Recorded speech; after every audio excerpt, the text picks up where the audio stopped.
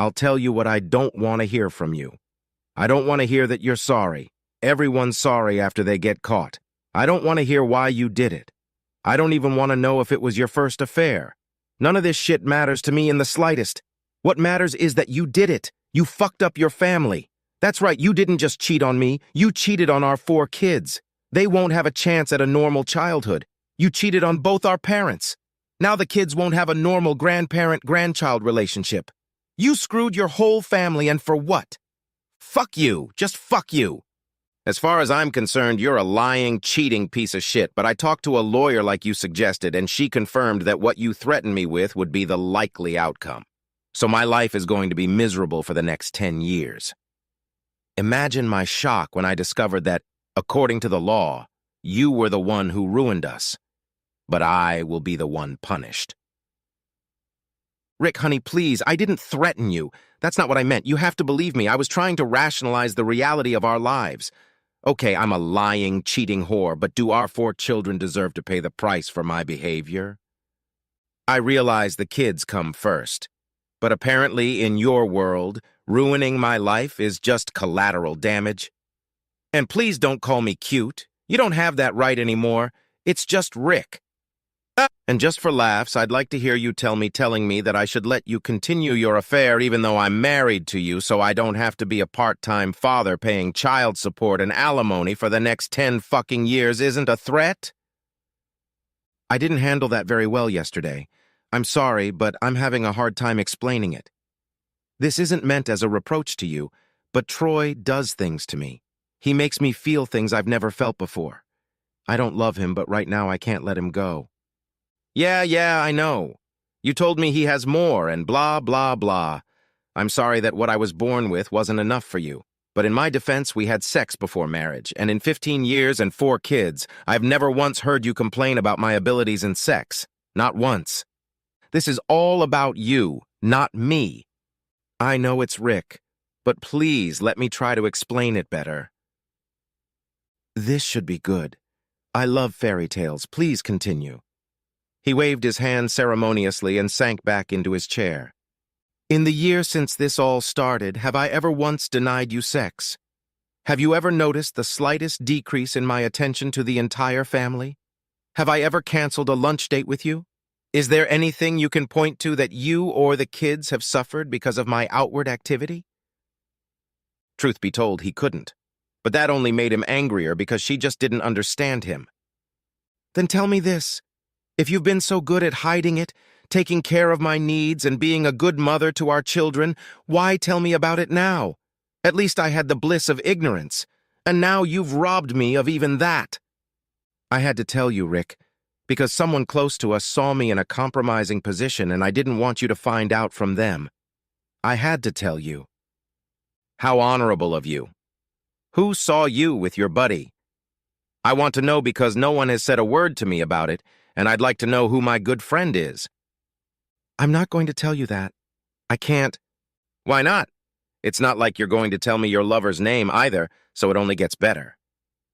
I won't tell you who saw me because it doesn't matter, and all it would do is cause you unnecessary pain. I won't tell you who my friend is because I know you, and you would try to hurt him. I can't have the father of our children in jail. They need him, with all the sarcasm he was capable of. It sounds like you know what's best for me in every aspect of my life, so I guess I shouldn't get upset.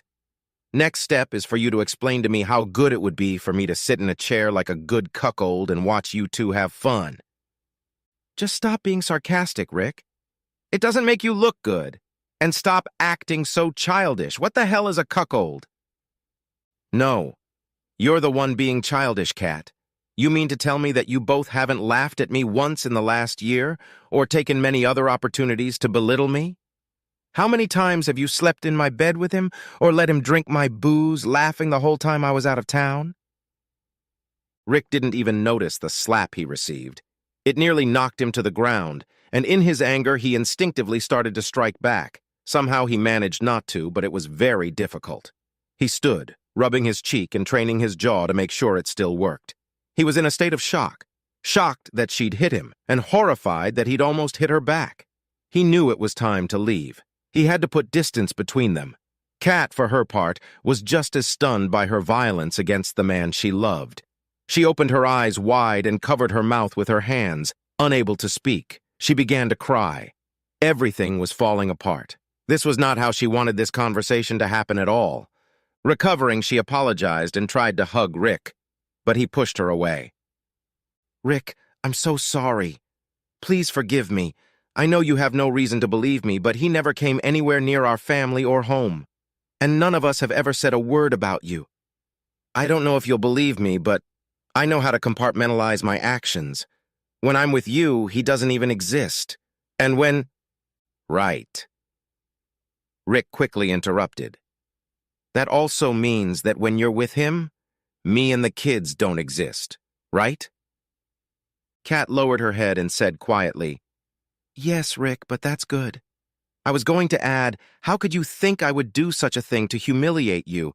But under the circumstances, I guess there's no point in arguing. But it's true. Nothing like that ever happened." "Fuck you. Isn't this where I need to say that I'm also going to have all the kids' DNA tested?" Kat lunged at him to slap him again, but this time he saw it coming, caught her arm and said threateningly, "Don't try that again. I'm trying my best to keep my composure. And frankly, what you've been doing to me all these months doesn't give you the right to be shocked by anything I ask." "Okay, Rick, I understand, but we have to work this out somehow. My friend is outside of us." "You mean that creep?" It was a statement, not a question, and all the venom that had built up inside him was put into that statement. "He's not a scumbag, Rick. He's a good guy." "Of course he is. He's just a good guy who goes after other people's wives. By the way, while we're on the subject, do I need to get tested for STDs? I mean, how many other wives does he have? There's no telling what rotten diseases he's carrying around, right?" "Sure, you can do that if you want, but he and I have both been getting weekly tests since our friendship began. I insisted on it so you wouldn't be at risk." "That's great. I certainly don't want to hurt your feelings, but you'll have to forgive me if I do the test anyway. Thank you for letting me know you slept with him naked. You made me wear condoms after our youngest was born until I got pregnant. I know you too well, Kat. What was your plan if this asshole got you pregnant? Just another collateral damage in my life, raising someone else's child." "I seriously want to know, would I have gotten the same speech after the vasectomy? Look, Rick, you're going to raise this child as your own, or I'm going to take everything you hold dear from you. Is that what I have to expect?" "Of course not. That's never going to happen. Can't we just focus on how we're going to solve our problems as adults?" "You mean we'll deal with our problems so you can have your asshole boyfriend and I can still stay married?" "Fuck you, Kat. I'm out of here before I do anything stupid. If there's an emergency, you can contact me at my parents' address. I'll stay with them until I figure out what to do. I will think about what you said, but right now I see divorce as the only option. Please don't contact me with any more nonsense about how we need to talk about it. I have nothing more to say. You've made your position perfectly clear." Rick did live with his parents. He was an only child, which always entailed some difficulty. But he managed to stay with them for almost a full 2 weeks, and it was a surreal experience. He had laid out to his mom and dad exactly how his conversation with Kat had taken place. His dad was shocked and supportive. He didn't try to change Rick's mind one way or the other. He simply said he would stand by him no matter what he decided. His mother, on the other hand, was relentless. Even as a small child, Rick had never given much thought to who was in charge in the family. His mother was in charge, and she started attacking him as soon as he finished his story. "Oh, come on, Ricky." She never stopped calling him that. "It can't be that bad. You have 4 beautiful children who really need you. You just have to find a way to coexist with Kat. I know she loves you." "Mom, did you get that right? She's having sex with another man and she wants me to get over it." "Ricky, listen to me. Divorcing her is a permanent solution to a temporary problem. In a few months, she will get over her infatuation with another man and realize what she has at home. Don't divorce her. I know you can work things out." She continued to talk about it day and night. Often she would cry, begging him to reconsider the divorce. Sometimes she would even launch into a good old-fashioned line, "I'm very disappointed in you, Ricky. We raised you better than this." The worst thing she said, and admittedly she apologized right away, but it still hurt him terribly. Ricky, if you don't go back to Kat and work things out together, I will never forgive you. Rick knew that his parents loved their grandchildren to death, but he had also noticed that whenever his mother started talking to him, his father tended to disappear from the room. When it was just the two of them, his father would remind him that he would support whatever decision he made, but he never said anything like that when his mother was around. In the end, Rick came to the conclusion that keeping the family together was the best decision. He didn't have many options anyway. He felt like a bird trapped in a cage. He could see the big world outside, but he couldn't find a way out, so he just decided to suck it up and make the best of a bad situation. So he headed home. Look, Kat, I've decided to stay. I'm only staying so that our children don't grow up in a single-parent household, and because I know that if I leave, your lover friend will move into my house in no time. I don't want to expose our children to that. However, I'm only staying here until little Amanda turns 18, and then I'm leaving. I'm going to turn the den into my bedroom because I don't think I want to end up in the same bed with you after you blow your friend's brains out. No, no, no! She stomped her foot. You're going to sleep with me. I've been with my male friend for a year now. Have you ever seen or smelled an odor from me that would make you suspicious? No, I haven't. You're sleeping with me, and that's final. Besides, what will the kids think? Since you're going to stay with them, we have to keep up appearances. If you want to leave after the other kids are separated and Amanda turns 18, so be it. But for now, we sleep together.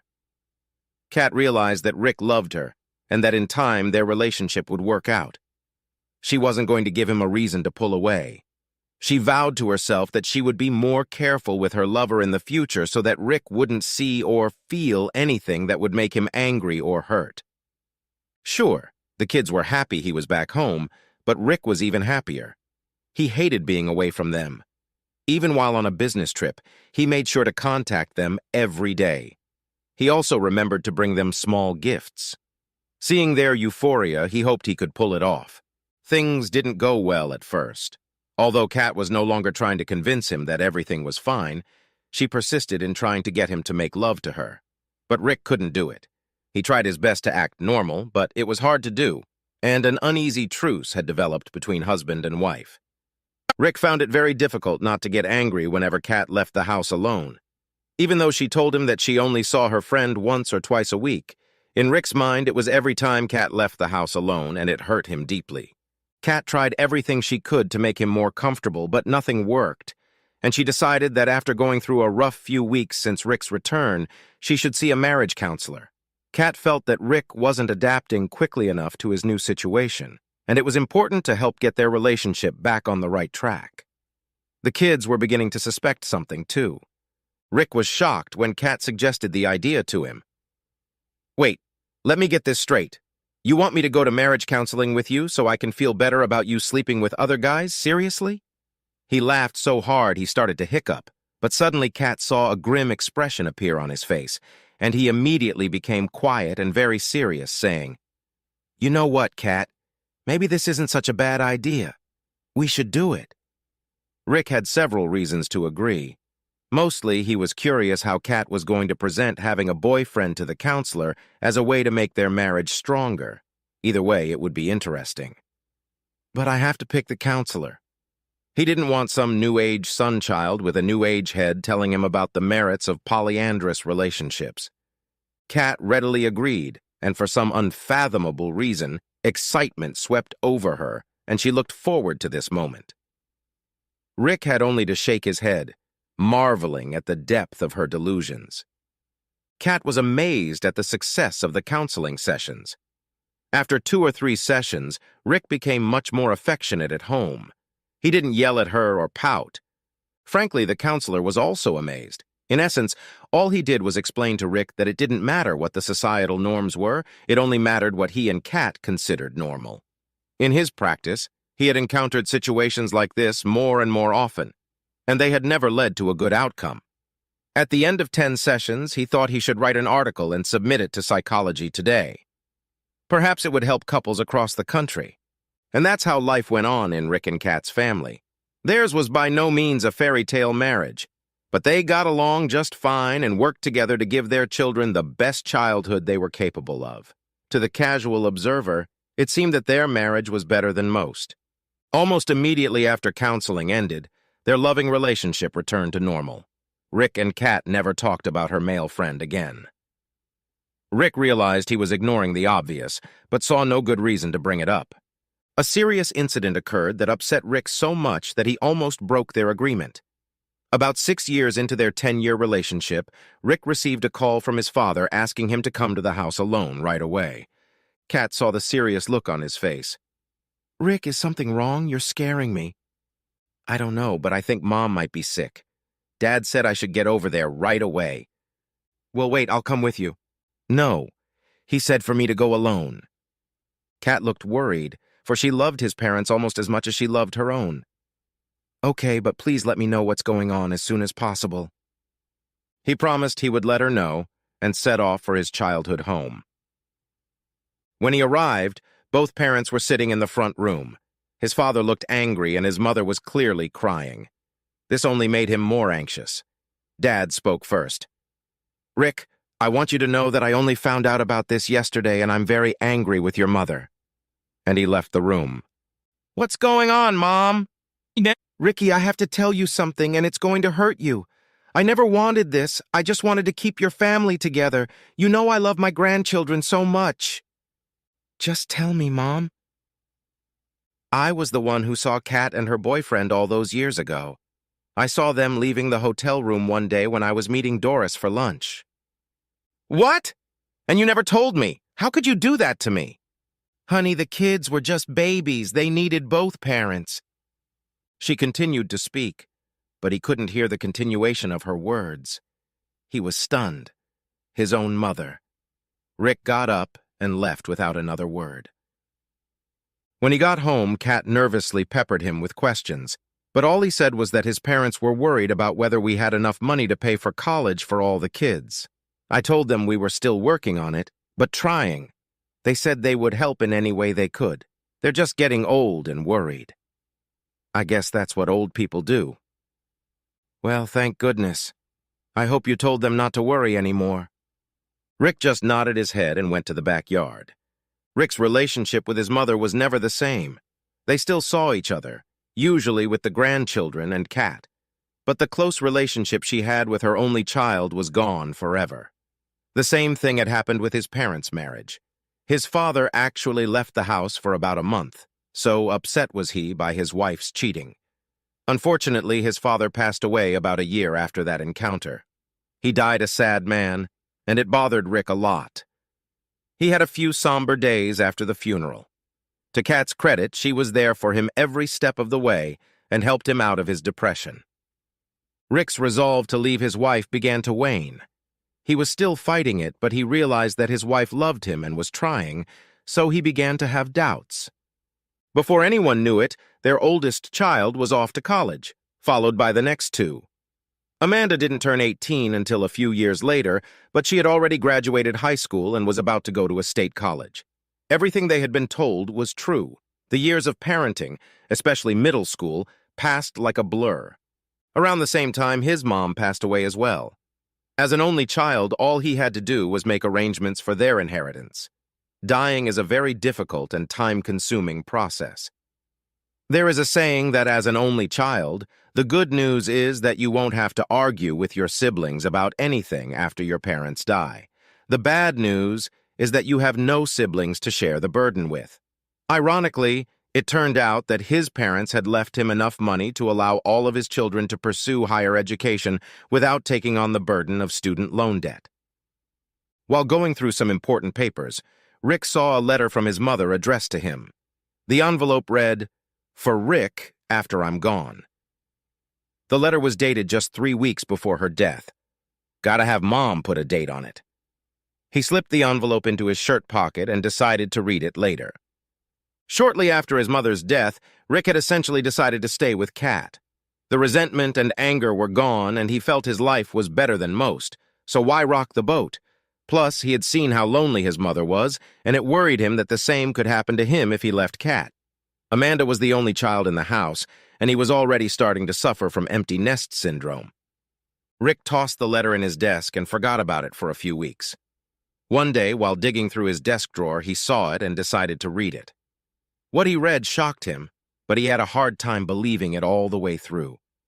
That's the trouble when you start lying.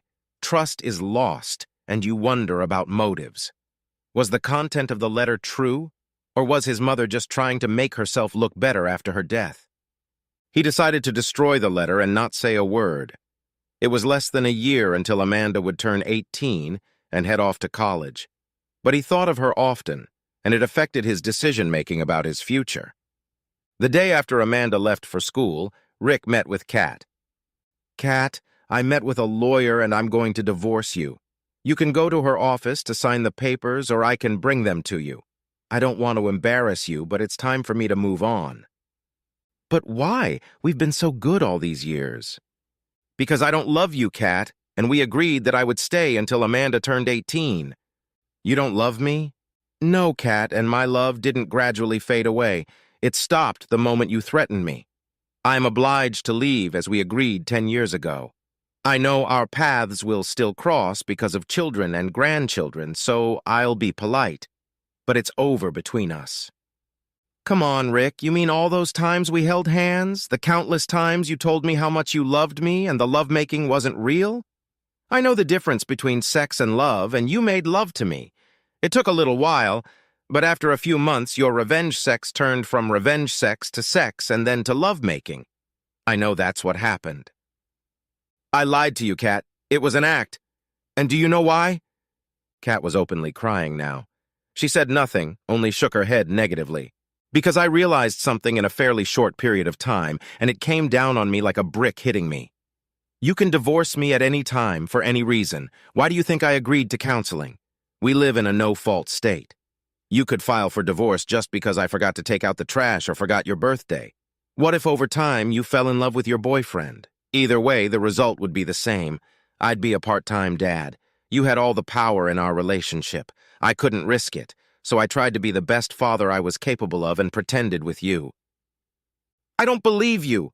I know you love me. I know you love me. I would never do anything like that to you." She was screaming hysterically and sobbing uncontrollably. Maybe now she was finally realizing the depth of what she had done. "Wait, please, Rick. There's something I have to tell you. I haven't seen my boyfriend or been with anyone but you in almost 10 years. "Yeah, like I believe that. That's pretty desperate even for you, Kat." Rick really felt that Kat was willing to say or do anything to get what she wanted. "I swear it's true, Rick. I've been a completely faithful wife to you since a few months after we talked." "Why? And what happened? You never said anything to me." "I figured you wouldn't believe me anyway, so I didn't say anything. As soon as I told him that you now understood our relationship, he started to change. When we were together, he started belittling you, calling you a weak cuckold. He started telling me I should cut you off and said all sorts of perverted things when we were together. Eventually, one day I got tired of it and I slapped him and left. I never came back, and I've never been with anyone else but you." "How many times did you slap him?" "Just once, and why?" "For no particular reason. At least he and I are equals in that." "So all these years you've just kept it to yourself?" "Yes, Rick. I thought the only thing I could do was to be the best mother and wife I could be, and I thought we were okay." "Well, I'll admit it. You've been an amazing mother. I don't see how anyone could do it better, and I know you're going to be a wonderful grandmother as well, but I have to tell you that the pain has stayed and is not going away. I also want to commend you for trying to be a good wife. I know that the closeness that was between us before your affair never returned, but I know that you tried and that you care about me. And yet it never became anything more than just two friends with benefits to me. Please, Rick, you have to stay. Please don't leave me. I'll do anything you say not to lose you. Please, I'm begging you." "Okay. Kat, then answer me one question. A few years ago, I found out that my mother was the one who saw you with your lover." Kat pretended to be shocked by this revelation. "Did you ever talk to her about it?" After a pregnant pause, she replied, "No, honey. I had no idea your mother had seen me." "That's odd, Kat. She told me that you met with her that same day and threatened that if she told me about it, she would be blamed for the breakup of our family and that you would make sure she never saw her grandchildren again. I didn't do any of that. I don't know, Kat. That sounds a lot like what you told me 10 years ago. The problem with what you're telling me is that I don't believe you. I'm sorry, but there's nothing you can say to make me stay. Anyway, it's time for me to do something for myself. I've spent all this time here for the kids, and now it's my time.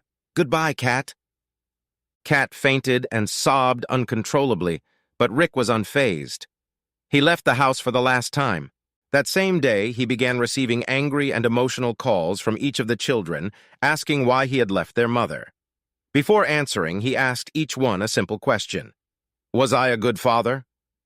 They uniformly assured him that throughout their lives he had been a wonderful father. He was moved to tears by their recognition of his accomplishments. When he got his emotions under control, he told them the whole truth, including their grandmother's role in the affair. He didn't procrastinate and he didn't sugarcoat anything. He explained that he almost left anyway because the anger and shame overwhelmed him. They understood, thanking him for staying with them. Although they maintained a relationship with his mom, they were never the same again. Rick never spoke to Kat again. He even refused to be in the same room with her except for their children's weddings and grandchildren's birthdays. Rick loved his loneliness and realized that there was a big difference between being alone and being a lonely person. He was never lonely because he had the important part of having the love and respect of a family.